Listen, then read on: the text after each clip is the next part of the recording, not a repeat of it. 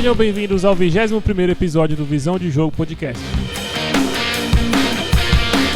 Eu sou o Willy Robert e os assuntos do programa de hoje são: entrevista de renovação da Abel Ferreira, que foi basicamente um monólogo na TV Palmeiras, as vitórias do Flamengo no Mundial de Clubes e também os dois jogos de ida das semifinais da Copa do Brasil e as prévias dos jogos que acontecem hoje também da volta.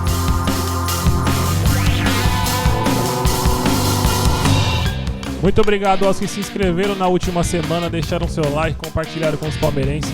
Eu peço para que nessa semana, após esse podcast, renovem seus votos e façam novamente esses compartilhamentos e se inscrevam no canal, porque o assunto que eu prometi que seria o balanço da temporada no podcast de hoje não vai dar para fazer, porque teve essa entrevista do Abel, eu tenho que estar comentando sobre ela.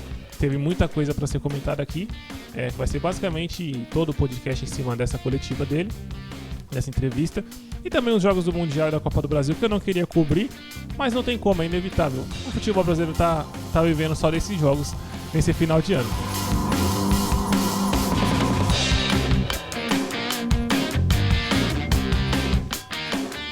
Vamos começar aqui, primeiramente, com o Mundial de Clubes. Falar dos jogos do Flamengo. Por quê?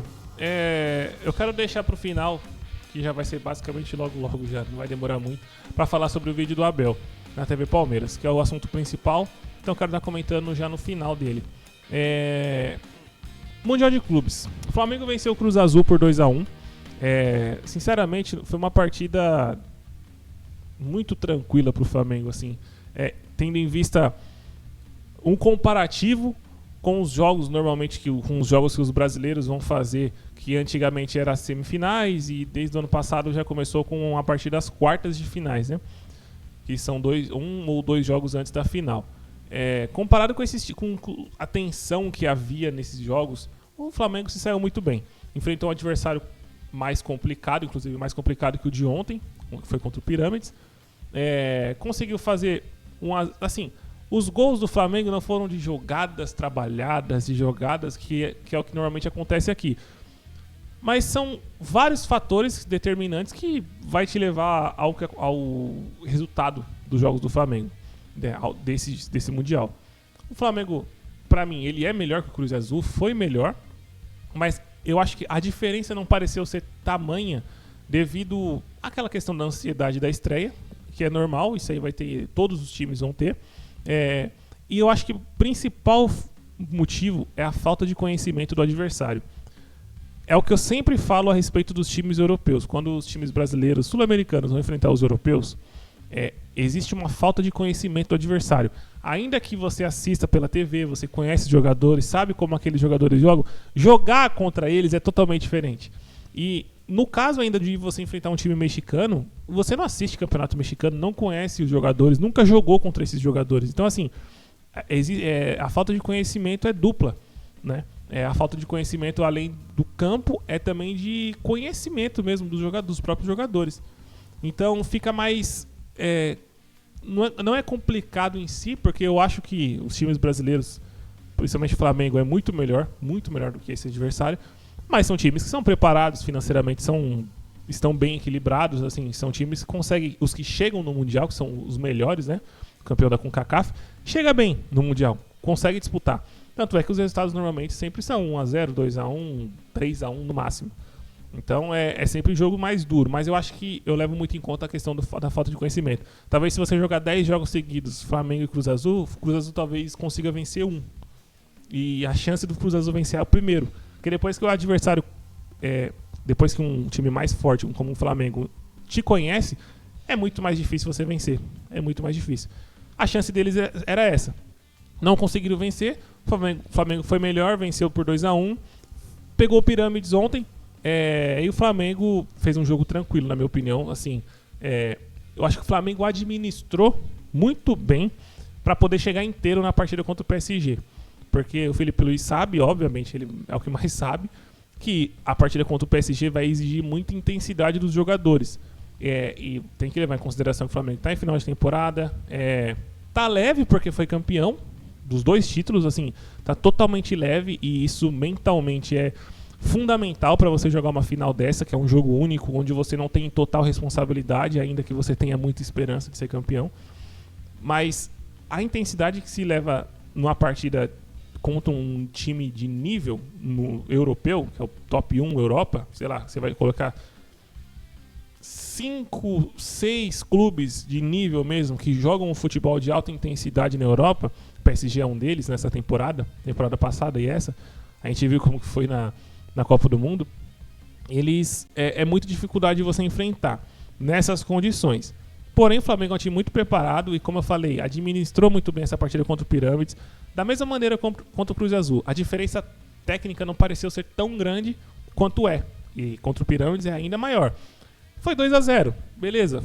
Cada um teve 2 chances chance de gol. O Pirâmides perdeu as dele e o Flamengo fez os dele.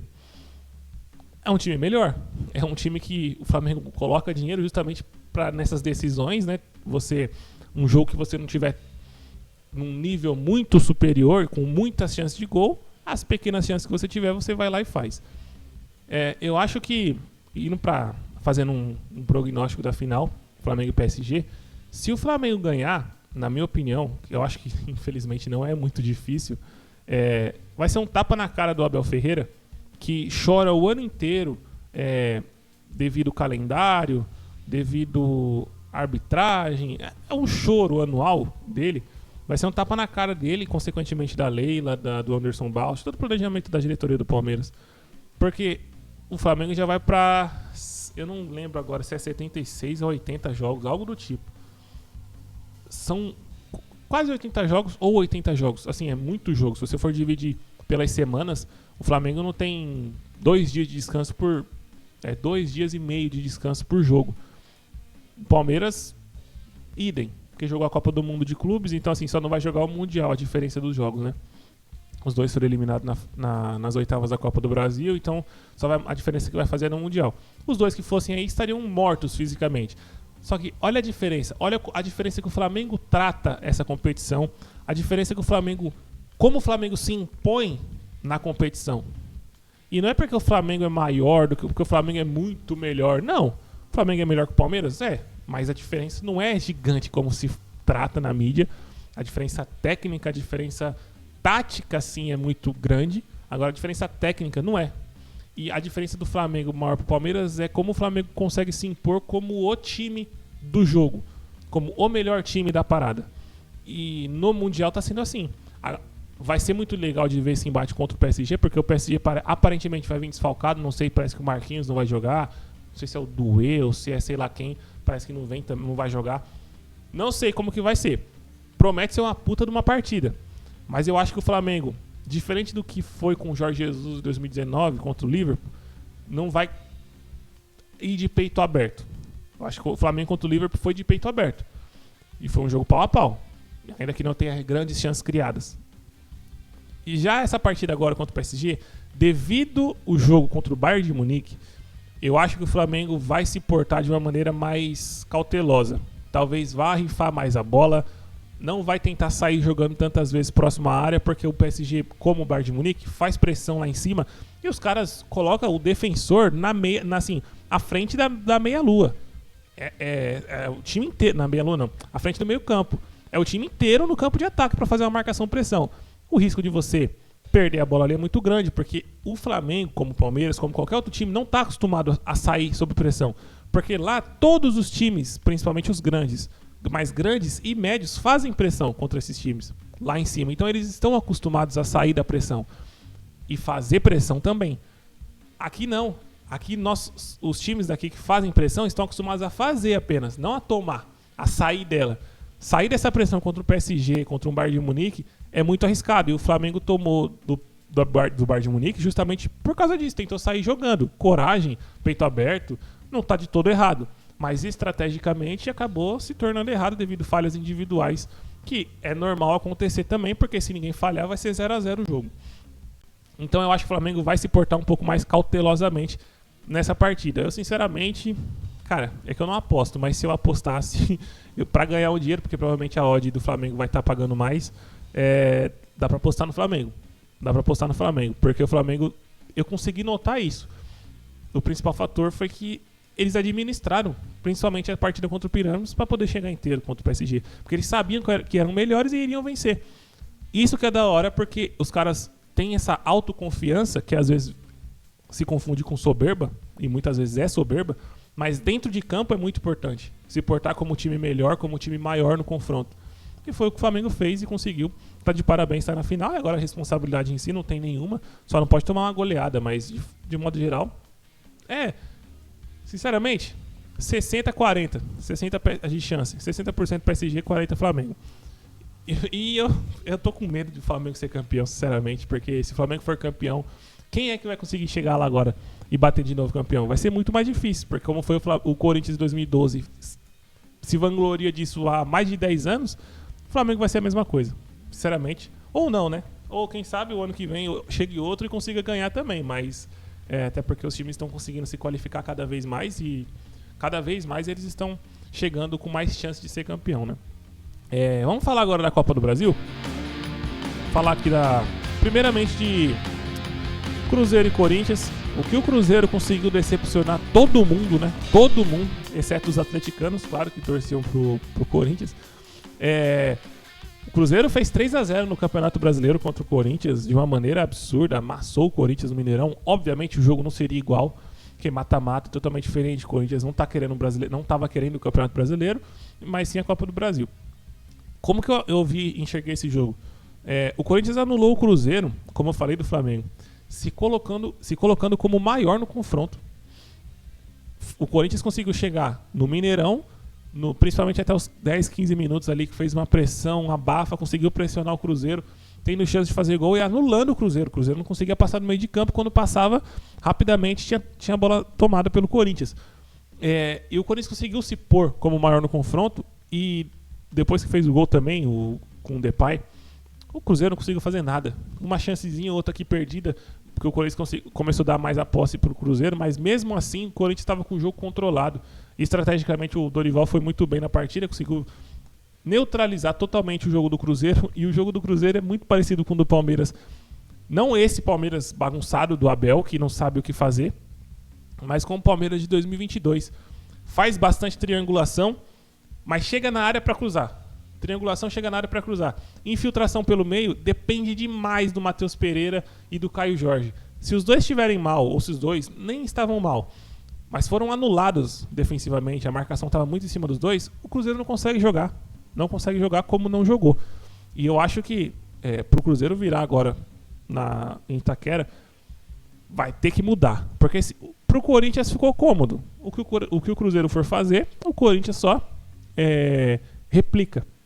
Ou a tática que fez agora na quarta-feira, ou defensivamente joga num contra-ataque, independente do jeito que o Cruzeiro for jogar. O Cruzeiro tem que provar, tem que fazer algo novo. E foi engraçado ver alguns torcedores do Cruzeiro xingando o Léo Jardim, que é o Leonardo Jardim, que é o treinador, da mesma maneira que muitos torcedores do Palmeiras xingam o Abel, dizendo, o inventor do futebol tá aí, criticando a torcida, o inventor do futebol não conseguiu vencer o Corinthians em casa, não conseguiu se impor, não conseguiu fazer nada diferente.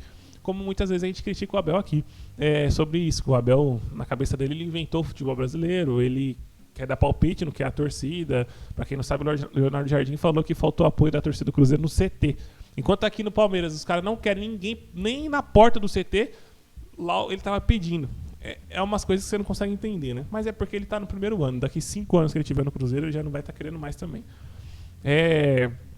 O Cruzeiro eu vi que tem algumas limitações técnicas. Eu acho que é um time forte taticamente, é um time bem coeso, muito intenso, de fato é um time muito intenso, está em todo lado do campo com bastante jogador, mas tem limitações técnicas que, como eu falei, depende muito do Matheus Pereira e do Caio Jorge. Se os dois não estiverem bem ou estiverem muito bem marcados, os demais jogadores não conseguem sobressair. Eles não conseguem sobressair como não se sobressaíram. Vamos falar agora de Vasco e Fluminense?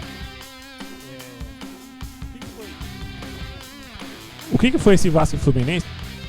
Agora o microfone está querendo falhar bem agora. O que foi esse Vasco e Fluminense? Tenho 2 pontos. Primeiro sobre o Fluminense. O time do Zubeldia, do Fluminense, já está parecendo muito com o do São Paulo do Zubeldia. É um time que consegue ser intenso, consegue defensivamente ser razoavelmente forte, porém é um time extremamente de contra-ataque. não consegue ou não quer, ou não sei o que é, mas não joga pra propor o jogo. Não consegue ter a bola, trocar passes e controlar a partir da posse. E o Fluminense conseguiu fazer 1-0 e no primeiro tempo morreu 1-0.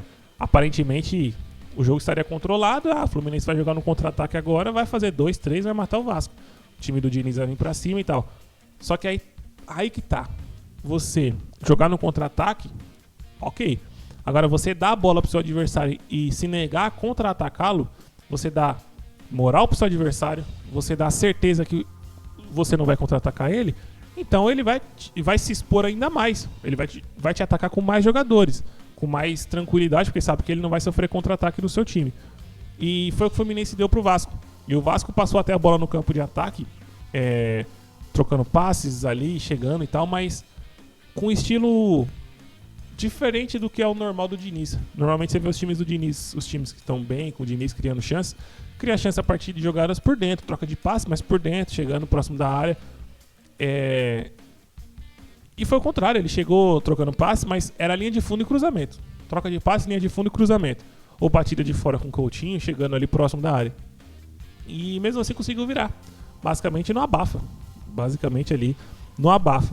E outra coisa também que me deixa mais preocupado, porque provavelmente o Corinthians vai passar do Cruzeiro e esse Vasco jogando dessa maneira, eu acho que não consegue vencer o Cruzeiro, não consegue vencer o Corinthians. E sinceramente o Vasco é um freguesaço do Corinthians, que é mais triste ainda. E o Fluminense também com esse joguinho aí, se pegar o Corinthians na final, infelizmente vai acabar dando o Corinthians. Então a esperança dos palmeirenses aqui é que o Cruzeiro consiga virar. Porque se depender de Vasco e de Fluminense pra vencer o Corinthians na final, pode esquecer. Eu acho que não consegue vencer, não. Só se o Fernando Diniz dá aquela louca nele, conseguir em 2 jogos fazer um puta de uma partida contra o Corinthians e sair campeão. Seria ótimo. Mas assim, é contar com sei lá, contar com quase com o imponderável, né? Mas é isso. Vamos falar agora sobre a questão mais importante aqui desse podcast. Vamos falar sobre a renovação do Abel. Abel Ferreira até 2027. Como eu falei no começo, né, na apresentação do podcast, não foi uma apresentação. Ou melhor, não foi uma entrevista, foi um monólogo. As perguntas, muito provavelmente, foi o Abel quem formulou. As perguntas, só perguntas básicas, perguntas rasinhas, perguntas assim, que não vai tirar o Abel do eixo de nenhuma maneira. Todas ele consegue se sair por cima. Aí, por mais que é a TV do clube, você queria o quê? Cara, beleza, TV do clube, mas você tá falando pra todo mundo, porque a TV do clube não é restrita para os torcedores do Palmeiras, ou pior, não é restrita para os torcedores passapanistas do Palmeiras. Tem os amendoins também. Ou seja, eu quero ver a pergunta que tira ele do eixo pra ver se ele vai, né? O que ele vai fazer. Mas é claro, TV institucional não vai fazer isso é óbvio. Mas nem as televisões normais não estão fazendo, porque chega na coletiva os caras não conseguem falar, não conseguem fazer uma pergunta decente pro Abel há anos. Então também vai cobrar da TV do clube. Aí fica difícil, né? Vamos assistir alguns trechos aqui, comentando sobre algumas falas dele, né? Quem tá passando aqui por cima. Deixa eu até abaixar aqui pausar aqui a música de fundo. Vamos passar aqui para falar sobre a entrevista do Abel. Vamos aqui para a cena 2. Tudo certinho. Vamos lá, fala comigo, Abel. Abel, eu queria que você nos dissesse quais fatores o levaram a decidir pela permanência no Palmeiras até o fim de 2027. Vamos ver o que ele vai falar. Olha, em primeiro é um gosto estar aqui, falar com vocês, que não fazemos muito. Olha isso. Eu sei quanto vocês se esforçam para me convidar também a dar entrevistas para a TV do clube. E eu até mesmo à TV do clube me recuso muitas vezes. Tá uma questão. Por que ele se recusa? Ou seja, então o Abel de fato manda no clube, porque se ele consegue recusar a entrevista até com a TV do clube, ou seja, não tem nada em contrato dizendo você tem que dar entrevista para a TV do clube, falar com os torcedores do próprio clube, você tem que se comunicar e passar as ideias. Para a TV do clube ele se nega. Então assim, e quando tem, é assim. Perguntas que vocês vão ver aqui, para quem já viu, né? Para quem não viu ainda, vocês vão ver que são perguntas muito rasas, perguntas assim, só para o Abel se sair por cima. Mas agradecer-te, e acho que é um bom momento para nós podermos ter aqui uma conversa em família. E a tua pergunta, sem dúvida nenhuma, que ao longo destes 5 anos eu me fui identificando com aquilo que são os valores do clube, com aquilo que é a identidade do clube. Eu já falei ao longo destes anos o que é que significava o Palmeiras para mim. Vou repetir aquilo que eu já falei, que era o Palmeiras, que é um estilo de vida. Aí ele vem com essa mesma ladainha. Eu vou ser crítico, vou ser cri-cri aqui mesmo, porque eu não tô aguentando mais, não aguento mais o Abel, sinceramente. As mesmas ladainhas, as mesmas coisas, e eu falei, em 2026 eu vou subir o tom, tem que falar mais alto, tem que falar mais forte contra trabalhos preguiçosos, certo? Contra trabalhos preguiçosos. E quando ele tiver com essa ladainha de falar, o Palmeiras é um estilo de vida, o Palmeiras é um clube de princípios, é um clube... Tem nada disso. O que tem é os 3 milhões na conta dele que o Nicola falou, que não é exatamente na conta dele, é dividido entre a comissão, mas dos 3 milhões, provavelmente 2 é dele, que ele é o cabeça, né, da comissão. Então, assim, o que tem é isso. É o dinheiro no bolso, é a estabilidade do trabalho, é um ambiente bom de se trabalhar, porque você tem a diretoria que te defende, te respalda. Você tem um time que você já foi campeão, você querendo ou não é ídolo do clube. Se ele sair hoje, por mais crítico que as pessoas estejam sobre ele é ídolo do clube. Dá 1 ano, 2, ninguém vai lembrar das críticas, vai lembrar só dos títulos. Por isso que era tão importante ele sair agora, porque daqui pra frente, como eu falei, vai começar a se dividir o trabalho. Ele vai para 6 anos, onde se ele não ganhar o próximo ano, são 3 anos de título e 3 anos sem título. Então, assim, vai se dividir muito. Se ele sai hoje, cara, de 5 anos, 3 foram de títulos. E 2 que não conseguiu desempenhar. Tá ok. Isso pensando quando ele saísse. Mas agora não. Próximo ano, se ele não conseguir ganhar, cara, não conseguir desempenhar, a imagem que vai ficar é que o Abel pegou um time estruturado e deu sequência. Quando ele foi botar a mão, fez cagada. A imagem que vai ficar é essa.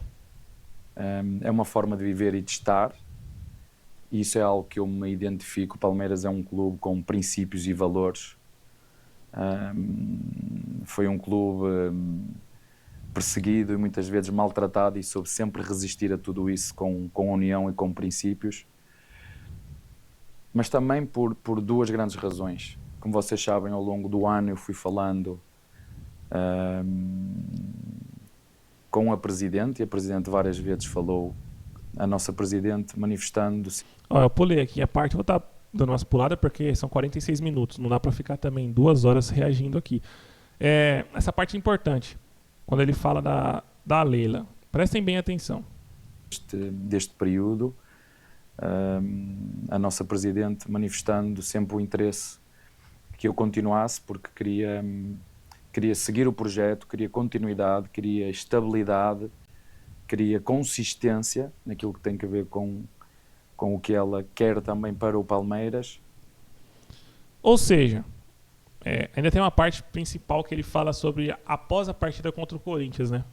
Que foi a da Copa do Brasil, que a torcida xingou ele e tal, e aí ela aparece com um contrato para ele assinar.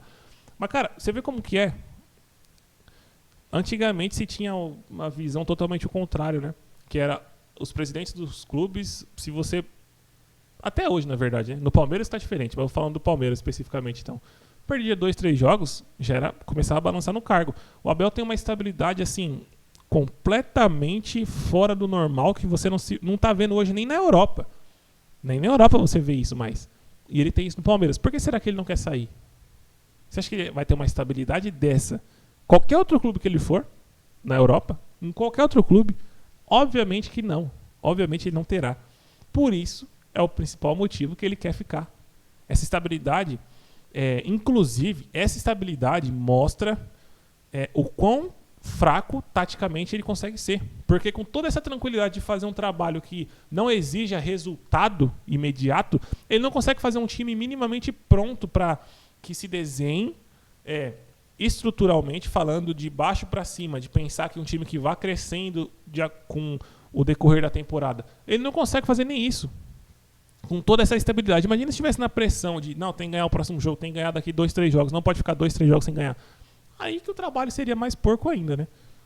E eu fui falando com ela ao longo do ano, que ainda não tínhamos ganho títulos, e ela foi sempre muito clara comigo. aconteça o que acontecer. Essa é a E parte. a verdade é que há um momento aqui que marca tudo, eu posso-vos dizer, e tu sabes, que foi a seguir à derrota com um dos nossos grandes rivais, que foi o Corinthians, a seguir à Copa do Brasil, onde eu tenho, onde a Presidente me chama e simplesmente me mete o contrato à frente para eu assinar. Logicamente, quando tu sentes de um líder essa confiança, essa motivação, essa inspiração, e é difícil tu encontrares. Certo, deu para entender. Após a vitória, ou melhor, após a derrota contra o Corinthians na Copa do Brasil, o presente que o Abel ganhou é uma renovação de contrato para ele assinar. Ou seja, você está premiando a derrota, você está premiando uma eliminação contra o rival. Você não está premiando um trabalho coeso, um trabalho bom, um trabalho que não é um trabalho que precise da estabilidade. O trabalho dele já tinha estabilidade e ele não consegue mudar, ele não consegue evoluir. E qual é o resultado que vinha? Uma derrota contra um Corinthians totalmente acabado na maior crise da sua história. Ele conseguiu ser eliminado para esse time sem fazer um gol, tendo já perdido o Campeonato Paulista há, 2, 3 meses antes, sem jogar absolutamente nada, um futebol nulo. Não é que o Palmeiras estava jogando futebol. E quando eu falo isso, eu gostaria muito que as pessoas sempre tocassem nesse assunto, porque eu sempre vou tocar, porque para mim é o fundamental. A questão não é a derrota. Poderia ter perdido para o Corinthians como perdeu, não na maneira como perdeu, mas poderia ter perdido para o Corinthians, poderia ter sido eliminado para o Corinthians, poderia ter perdido para o Chelsea, poderia ter perdido para o Flamengo os 2 campeonatos. Poderia, porque é do futebol. O que não poderia, como infelizmente aconteceu, é sem jogar absolutamente nada nessas partidas. As 2 finais do Campeonato Paulista, o Palmeiras não jogou absolutamente nada.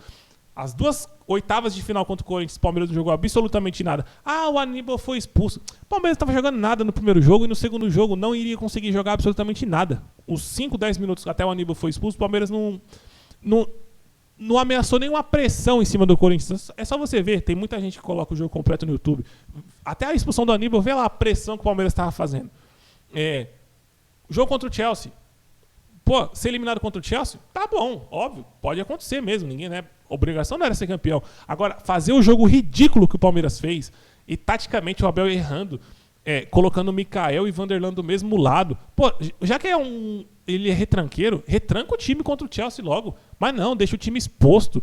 E ainda assim, você vê que o futebol tá um nível tão baixo, quase que o Palmeiras consegue levar para prorrogação ainda, né? Não fosse a falha do Everton. Mas assim, sem atacar, com medo, time medroso. Contra o Flamengo no Campeonato Brasileiro, entregar da maneira que entregou. Parando de jogar futebol devido a ele ter colocado a mão no time. Primeiro ele acerta o time jogando de uma maneira ofensiva, legal, bacana, dando resultado. Daqui a pouco ele mexe no time, inventa 3 zagueiros, bota não sei o quê, tira movimentação dos jogadores. Felipe Anderson, tira o Felipe Anderson. Aí perde o campeonato. Chega na final da Libertadores, termina de cagar tudo. Isso é o que não pode. Isso é o que não poderia ter acontecido. Não é perder o resultado. O jogo em si, perder ou ganhar, vai acontecer. Jogando bem ou mal. A questão principal é, jogando dessa maneira, não iria ganhar mesmo. E ele, com um trabalho estável, de anos, já campeão, já ídolo da torcida, do clube, não consegue, com toda essa tranquilidade, não consegue fazer o time jogar futebol de uma maneira, aí sim, estável. É sempre instável. Joga 2, 3 partidas boas, daqui a pouco é 15, 20 mal. Só que vai levando, empurrando com a barriga, porque os adversários do Palmeiras são mais fracos, e vai conseguindo vencer, vai conseguindo ter pontos no campeonato, consegue passar aqui de umas oitavas, de umas quartas de Libertadores, mas na hora do pega pra capar contra o adversário que é ou de nível igual ou superior, não consegue. No futebol de hoje, não só no futebol nacional, onde o Palmeiras é um clube diferente, porque é um clube que preconiza exatamente isso: estabilidade, continuidade, consistência, competitividade. É muito difícil tu encontrares isso, mas quando tu ouves a tua presidente no momento, se calhar, mais difícil do ano, ela te chama e te senta. Nós fizemos esta reforma profunda e percebemos que, por exemplo, na final da Libertadores, 6 jogadores entraram no plantel este ano. E falo do Alá, que foi o ano que o Alá se consagrou, entre aspas. Nós tínhamos o Carlos Miguel, tínhamos o Kelvin, tínhamos o Fux, tínhamos o Andreas, tínhamos o Vitor Roque. Portanto, é uma equipa que te dá garantias, é uma equipa que nós sabemos que nos pode ajudar naquilo que é esta estabilidade, esta continuidade, esta consistência e esta competitividade para continuar a fazer aquilo que os nossos torcedores tanto querem, aquilo que eu tanto quero, aquilo que nós tanto queremos, como uma equipa competente, porque a gente anda pondo a andar, uma equipa como o Palmeiras só se alimenta a títulos. Interessante, né? Uma equipe como o Palmeiras só se alimenta a títulos, mas ele tem essa plena consciência. Mas o Palmeiras já há 2 temporadas que só ganhou um campeonato paulista, tem eliminações ridículas, sem um futebol minimamente decente. Quando ele vai se defender, ele esquece que o Palmeiras se alimenta de títulos.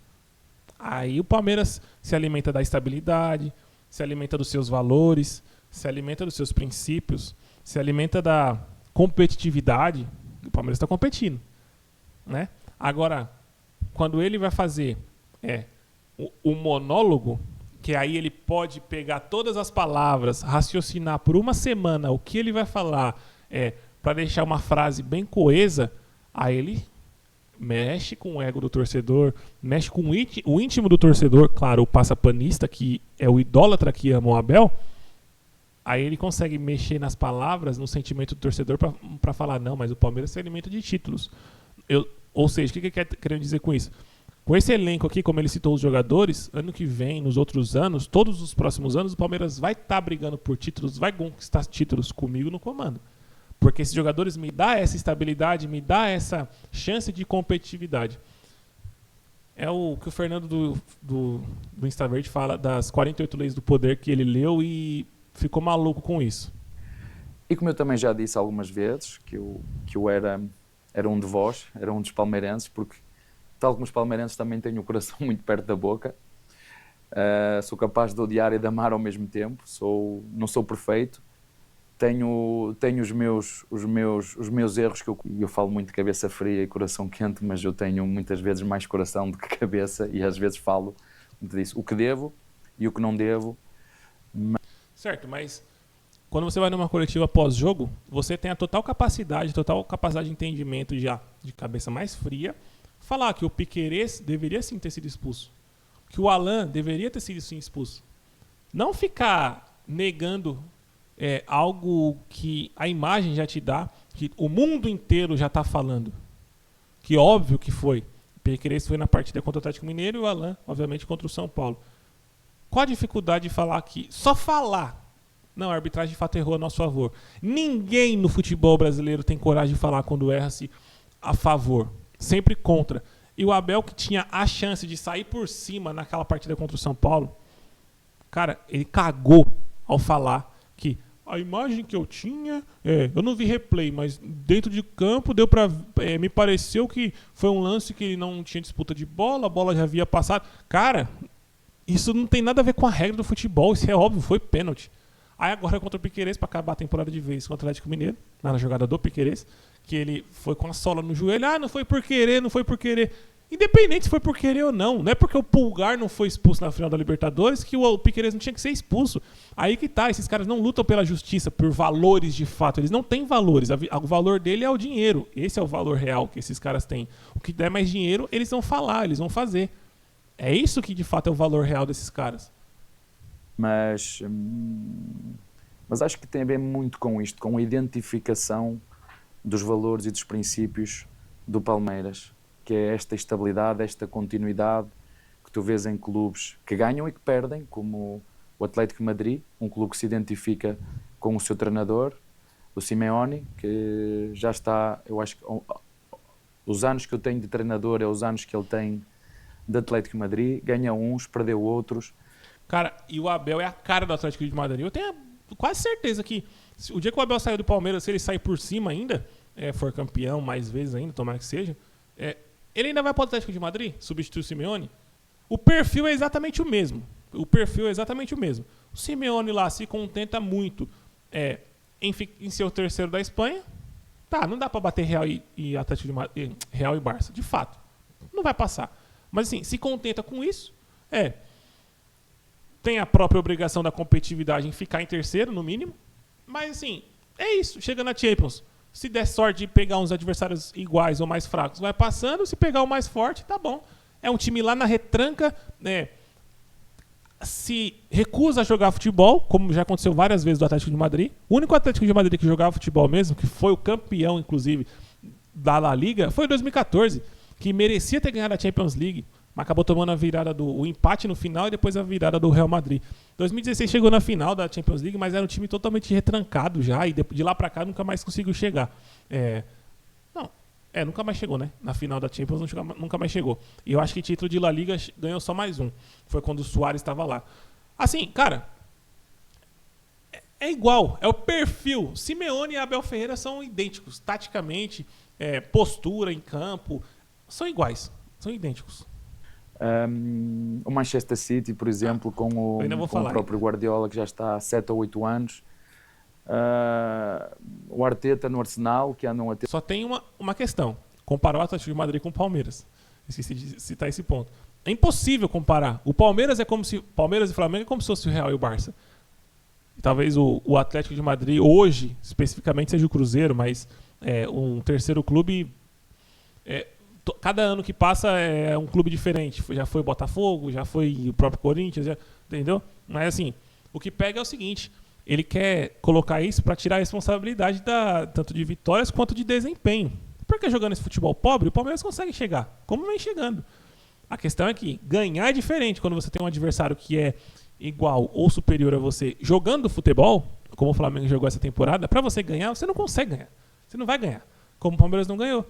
Então, fica muito fácil para ele se comparar com o Atlético de Madrid. Por que ele não se compara com o Barcelona? Ou com o Real Madrid? Ou, sei lá... Na Inglaterra você tem mais times, né? Na Inglaterra tem muito mais disputa.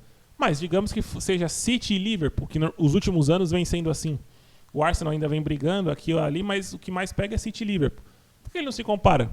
Que se tem a obrigação de mostrar futebol, de ser campeão. Então são essas coisas que você tem que deixar muito bem detalhado aqui na entrevista dele. Tentar investir nos últimos anos para tentar ganhar títulos nacionais e internacionais. O Paris Saint-Germain, que eu acho que agora atingiu uma estabilidade grande com um novo treinador. Portanto, treinador que desceu de divisões responsáveis. Sobre o Bayern agora. Que desceu de divisão. E toda a gente ficou, como é que é possível? O Bayern de Munique vai contratar um treinador que desceu de divisão na Inglaterra. Porque é que o Bayern de Munique, um dos maiores clubes do mundo, com uma das maiores gestões do mundo, se lembra de ir contratar o Company, que tinha acabado de descer a divisão num clube inglês? A razão é muito simples. É porque tem dirigentes e pessoas dentro do clube que sabem perfeitamente a competência e a qualidade que tem aquele treinador. Não é normal um treinador como o Company, que desce divisão, e treinar o Bayern de Munique. Novamente, está querendo se comparar sobre a situação dele de quando ele chegou no Palmeiras, que ninguém conhecia, ou ninguém sabia de onde ele tinha vindo, e ele não tinha sido campeão ainda. Cara, só que, Abel Ferreira, você era o Abel Ferreira. Um ex-jogador que, ou melhor, quando foi jogador, não foi conhecido, ainda que tenha sido convocado pelo Felipão para a seleção de Portugal, não era conhecido, quiçá no seu país. O Company mundialmente falando foi um puta de um zagueiro conhecido, que inclusive parou há pouco tempo. Não há comparação mínima. Só pelo nome dele como jogador já há essa diferença. Entende-se? Agora, ele querer comparar taticamente seus trabalhos, cara, assiste o time do Bayern de Munique jogar. Assiste o time que o Company treinava antes do Bayern de Munique jogar. Cara, é muito parecido. Um time com alta intensidade, marcação, pressão muito alta, de resolução rápida de jogadas. Um time que dá liberdade para os seus pontas trabalharem, criarem e poderem driblar. Hoje no Bayern de Munique você tem o Luiz Dias, você tem o Olise, principalmente são os titulares, né? Cara, é totalmente diferente do seu trabalho, cara. Totalmente diferente do seu trabalho. Você não dá liberdade pro Felipe Anderson criar do meio para frente. É só do meio para trás que ele tem que ter a ficar no campo. Os melhores jogadores do seu time não têm liberdade como um Company dá essa liberdade. Então é isso que o Bayern enxergou. Por que o Bayern não contratou o Abel Ferreira? Você acha que o Bayern de Munique vai contratar um dia o Abel Ferreira desse jeito? Quando ele chegar no treinamento e falar Luiz Dias e Olise, vocês ficam atrás do meio de campo, a gente vai fazer uma linha de 4 aqui, 2 volantes, vocês são os 2 pontas e os 2 atacantes ali vão ajudar a marcar no meio. Igual ele faz com o Vitor Roque e o Facu Lopes. O dia que ele chegar, no primeiro treino que ele fizer isso daí, acho que é o Kimmich, o capitão do Bayern de Munique, vai chegar na diretoria e falar assim, pode mandar embora. Pode mandar embora que ele não tem capacidade de treinar o Bayern de Munique. É isso que falta aqui no futebol brasileiro, num Palmeiras, e que já tem um pouquinho no Flamengo. Treinadores retranqueiros, treinadores que não entendem o momento do clube e a qualidade dos seus jogadores, cara, vai embora. Vai embora. Você está atrasando a vida do clube. O Abel Ferreira atrasa a vida do Palmeiras nesse sentido. Junto a ele, quem que dá respaldo? Leila Pereira. O Anderson Barros é só um fantoche. A Leila Pereira que dá o respaldo, que dá essa estabilidade. Então, a culpa está aí. O problema do Palmeiras está justamente aí. A verdade é que no Bayern de Munique as coisas foram diferentes. Deixou de ser um treinador que desceu divisão para ser um treinador campeão. Ele foi campeão porque se juntou a um clube top, a um clube de elite, a um clube que luta por títulos. E foi exatamente o que aconteceu comigo. Se vocês virem a minha carreira como jogador, eu não sou... É muito fácil de entender que eu sou um treinador e fui um jogador de estabilidade. Tenho apenas 4 clubes na minha carreira como jogador. Penafiel, instinto competitivo. Vai falar do Senna agora. O que é o instinto competitivo, especificamente? É ganhar sempre. O vosso maior ídolo é o meu maior ídolo. Ele disputou, acho que 10 campeonatos do mundo, ganhou 13 e perdeu 7. Vocês sabem tão bem como eu que o Ayrton Senna, nas boxes, deu uma chapada ou 2 em pilotos. Vocês sabem disso. Mas não deixa de ser um exemplo, não deixa de ser um campeão. Tudo o que fez pelo Brasil fora das pistas, com a forma solidária que ele era, com o exemplo que ele era. Porque isso é o espírito competitivo. E às vezes o espírito competitivo ajuda-nos a ganhar e às vezes ajuda-nos a ter comportamentos que não são os melhores. Exatamente. Isso é verdade. Não é mentira. Tanto quando ele falou sobre o Senna, quanto também o que ele está querendo dizer sobre ele, sobre o temperamento que ele tem fora ali na beira do campo, que a mídia, principalmente, enche o saco sobre isso. Se esse fosse o maior problema do Abel, nossa senhora, eu tava dando risada aqui. A minha briga não era contra ele, contra a diretoria, a minha briga era contra a mídia, que era muito mais legal, muito mais gostoso. Falar sobre você sempre fazer o nós contra eles. Se esse fosse só o problema do Abel, fosse só esse o problema do Abel, o instinto competitivo dele. Cara, isso daí nada mais é do que uma cortina de fumaça. Você pode reparar, quando o Palmeiras está jogando mal, uma fase de jogos ruins, ele joga o holofote para ele. Mas tira do campo. Joga especificamente nas atitudes e comportamentos dele. Certo? É quando ele começa a chutar garrafa, que ele chuta microfone, que ele não faz isso mais, né? Mas na época ele fazia. Depois de 2023. O Palmeiras começou a jogar mal em 2023 e ele começou a fazer essas coisas. Até 2022 ele era o ser mais calmo do mundo. Tomava seus cartões aqui e ali de reclamação com o juiz, mas nada exagerado. 2023 pra frente se tornou algo exageradíssimo. E nos momentos que o Palmeiras joga bem, um futebol consistente, minimamente consistente com resultados, ele tá sentado no banco, você não vê nem a cara do Abel. Quando o Palmeiras começa a jogar mal, demonstrar um futebol péssimo, horroroso, e juntamente a isso não vem resultado, é onde ele começa a chutar garrafa, chutar microfone, xingar juiz, xingar não sei quem. Começa tudo. E as coletivas dele são aqueles bafafá todo. Podem reparar. Ele não vai mudar. Ele não vai mudar isso. Eu tenho certeza que não. Infelizmente, né? Porque é ruim pro Palmeiras. O Verstappen, não vou falar do Verstappen que vocês também conhecem, que é, não sei se é casado, mas com uma brasileira. Não é propriamente o fair play dos pilotos. E o que eu quero dizer é quando o teu instinto competitivo é tão agressivo, por vezes acontece de te excederes. Mas é isso que te faz aproximar, né? Ou será que ele agora, para resumir essa Agora é sobre o balanço da temporada. pergunta, são estes 3 sentimentos: o de orgulho, o de gratidão e o de responsabilidade. Abel, qual o balanço que você faz da temporada de 2025 do Palmeiras? Olha, como palmeirense que sou, não posso ficar satisfeito pelo vice. É algo que está dentro, não é o suficiente. Mas também não posso dizer que é terra arrasada, porque foi algo que foi pensado e planeado em 2024. Eu já várias vezes disse que o Palmeiras se planifica e se organiza e se estrutura no ano anterior para o ano seguinte. Ou se quiseres, o ano de 2027 vai ser preparado no ano de 2026, o de 2026 foi preparado em 2025 e 2025 foi preparado em 2024. Todo mundo sabe então, isso. Qualquer clube do mundo 2024. É assim.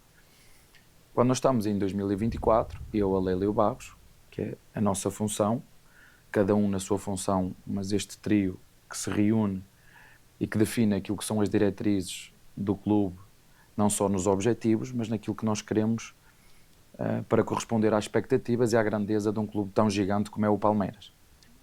Nós entendemos que era preciso fazer uma reformulação. Prestem atenção. Nós estamos a falar de 17 jogadores que saíram de 2024 para 2025. 17. Que é algo muito difícil numa reformulação, depois a equipa manter consistência, estabilidade e rendimento. E nós sabíamos disso. Eu, o Barros e a Presidente. E se nós olharmos para o ano de 2025, já com esta planificação pensada e começada a ser executada, ela foi executada ao longo do ano, nós temos momentos de altos e baixos ao longo do ano, de alguma inconsistência. E lembro-me, por exemplo, de uma das vezes o próprio Barros, nosso diretor desportivo, dar uma entrevista, eu acho que foi aqui mesmo, mas... Vamos lá. Essa parte talvez seja a mais importante aqui na entrevista dele. Já é do final já. No final, no caso do meu podcast aqui. Cara, essa reformulação, eu já toquei nesse assunto da reformulação, acho que 2 ou 3 podcasts aqui. E tem alguns shorts aqui no canal, para quem não viu ainda, se procurar conseguem ver. Eu explicando um pouquinho dessa reformulação. Essa reformulação do Palmeiras é uma mentira. É e foi uma mentira. Vou explicar para vocês aqui o porquê que eu acho que foi uma... Acho não, tenho certeza que é uma mentira. É só mais uma cortina de fumaça para apagar o ano de um péssimo futebol e de péssimos resultados. Não necessariamente péssimos resultados, porque olhando pelo lado de ter chegado às finais, não é péssimo resultado em si, mas um péssimo desempenho esportivo. Vamos lá. No ano passado, 2024, já se sabia que existiria a Copa do Mundo de Clubes, certo? E ela, por si só, seria o ápice financeiro dos clubes, principalmente os sul-americanos, né? Para quem disputasse. Pensando nisso, começo de 2024 já se sabia disso, o Palmeiras manteve-se em 2024, sabendo que o Endrick sairia no meio do ano, de 2024, sabendo que já tinha o Estevão, que estava subindo e seria um novo Endrick, proporcionalmente falando. Ou seja, em 2024, o Palmeiras, já sabendo de tudo isso, todas essas informações, ali deveria ter começado, no meio de 2024, porque ele fala que foi no decorrer de 2025. Mas que reformulação ridícula é essa que se faz no meio de uma temporada? Não é errado isso? Porque se ele está dando desculpa, dizendo que a reformulação foi feita no meio da temporada, por isso que teve tanta dificuldade de ter um desempenho mais estável, resultados e tal. Se fosse para fazer isso em 2025, por que não fez em 2024? Certo? E, sim, 2024 é um ano que não teve Copa do Mundo, não teve nenhuma competição a mais, como foi esse ano com a Copa do Mundo de Clubes. Daria para ter feito, certo? Mas ele preferiu continuar com todos os outros jogadores, com o Rony, com o Zé Rafael, com não sei quem, todos os jogadores, Gabriel Menino, os moleques, todos. Não contratou ninguém. Contratou Lázaro, contratou não sei quem. Fizeram essas contratações, né? Não deu certo. Foi um fracasso total. Acho que 2024 foi pior que 2025, até porque o time era pior. Aí 2025 entra sob pressão. Só que como foi o começo de 2025? Quais foram as contratações do Palmeiras? Foi Facundo Torres, o belíssimo Facundo Torres. Mikael, o zagueiro xerife que não faz medo em ninguém. Quem mais? Aí teve a troca do Caio Paulista com o Bruno Fux, né? Um puta de um zagueiro, né? Um zagueiro assim, o Palmeiras descobriu o Bruno Fux com 26, 27 anos agora. Que inclusive foi contratado agora, né? Eu vou estar falando mais especificamente no balanço da temporada, que aí sim vai ser o próximo podcast.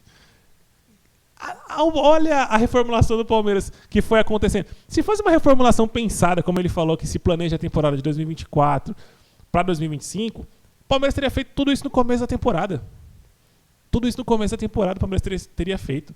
Foi necessidade de mercado, foi necessidade de você olhar o seu time defasado com o elenco, sob comparação com os outros, principalmente com o Flamengo, e olhar, a gente vai ficar muito para trás, vamos precisar gastar o dinheiro. Porque senão, o normal era o quê? Contratava esses jogadores já no começo da temporada. Ou melhor, o correto era ter feito essa reformulação ano passado. Pensado a reformulação em 2024 para 2025 já chegar pronto. Aí sim, beleza. Paulinho só ia dar para ser contratado essa temporada. Beleza, contrato Paulinho. Porra, da hora. Paulinho é pra, se tivesse jogado, era cereja no bolo. Vitor Roque, pô, da hora. Contratou quando deu. Tá bom. Mas essas são as cerejas no bolo. A estrutura do time já deveria ter sido montada em 2024. Por isso que eu falo que essa reformulação do Palmeiras é mentirosa. Serve-se como desculpa, porque a Copa do Mundo de Clubes era onde o Palmeiras deveria se provar, já com o elenco pronto, com um time já competitivo, como um time a ser batido, mas não na Copa do Mundo especificamente, mas um time a ser batido no Brasil, na América do Sul. E aí, você pensa, não, depois foi contratado, quem mais o Palmeiras contratou no meio do ano para depois? O Andrés Pereira, mas porque saiu o Richard Rios. Se não tivesse saído o Richard Rios, o Andrés Pereira não teria sido contratado. O Palmeiras tentou ele no começo do ano, viu que estava caro, segurou para contratar depois que sabia que o Richard Rios iria ser vendido. Lucas Evangelista. Quem mais? Flaco Lopes. Foi uma descoberta pós-Copa do Mundo. Que aí sim o Abel tem responsabilidade nisso. Uma responsabilidade positiva. Ou seja, o que eu quero trazer com isso? Segundo ponto. O Palmeiras, essa reformulação do Palmeiras serve como desculpa, principalmente quando você olha para o Flamengo. Porque o Abel fala do time titular do Palmeiras, que tem Carlos Miguel, tem Kelvin, tem o Vitor Roque, tem o Andréas, tudo que chegaram depois da Copa do Mundo. Mas se você olhar para o time do Flamengo, você tem quem? Que chegou... Quem são os jogadores que chegou durante ou pós a Copa do Mundo? Tem Jorginho, você tem Samuel Lino, você tem se eu não me engano, o Carrascal também chegou depois. Tudo jogador titular do Flamengo. Você tem aí o Danilo... Não, o Danilo chegou no começo do ano, eu acho. Eu não lembro se o Danilo chegou no meio ou no começo do ano. Já falei 4 jogadores, né? Fora os que eu esqueci. Que são titulares. São titulares. Os do Palmeiras, o Carlos Miguel se tornou titular porque o Everton se machucou. O Kelvin, de fato, é para ser titular no lugar do Giai. Claro, Bruno Fux era para ser titular nesse time do Palmeiras. O Andrés Pereira no lugar do Richard Rios. Beleza. O Vitor Roque já tinha sido contratado antes da Copa do Mundo, né? Vamos imaginar que o Palmeiras tem 3, 4 jogadores também igual ao Flamengo. Em comparação de reformulações. Ou seja, quando o Abel dá desculpa na final da Libertadores, na coletiva, fala que o Flamengo é um time pronto, sendo que o Flamengo está com a mesma reformulação do Palmeiras. Só que lá não se tem desculpa, lá se tem trabalho. E aqui se tem desculpa. Aí que está o ponto principal. Inclusive, já é o suficiente já ver o tanto que a gente viu. Para quem quiser, tá na TV Palmeiras, acho que todo mundo já deve ter visto. Todo mundo não, né? A maioria dos que se interessam já viram essa questão aí do Abel, nessa coletiva, tá tudo aí na TV Palmeiras. De modo geral, qual é o balanço final que eu faço dessa entrevista? Mais um... Claro, ele deveria fazer essa entrevista sim. Teria que ter, porque foi a entrevista de renovação, já que o Palmeiras não faz isso para a imprensa, de modo geral, né? Uma coletiva, como se fazia antigamente. Mas é ladainha. É para falar com o torcedor da elite, para falar com o torcedor que consome o clube financeiramente, que banca o clube, que são a elite de fato, a elite paulistana, a elite financeira, que torce para o Palmeiras e banca o clube. E apoia discursos, apoia falácias, mas fecha os olhos para o que se acontece no campo. Mas é isso. Vamos voltar aqui até a musiquinha aqui final. A gente vai estar encerrando aqui o podcast. Vamos encerrar aqui o podcast e só com um recado final. Eu só espero, de fato, eu torço para o Palmeiras. Se o Abel for bem no Palmeiras, para mim, tá tudo resolvido. Eu só espero que ele pare com desculpas e trabalhe. De fato, trabalhe. Eu só espero isso. Muito obrigado para quem acompanhou o React, acompanhou o podcast até aqui. Para quem não se inscreveu, se inscreva, deixe seu like, compartilhe com os palmeirenses. Muito obrigado e até semana que vem. Valeu!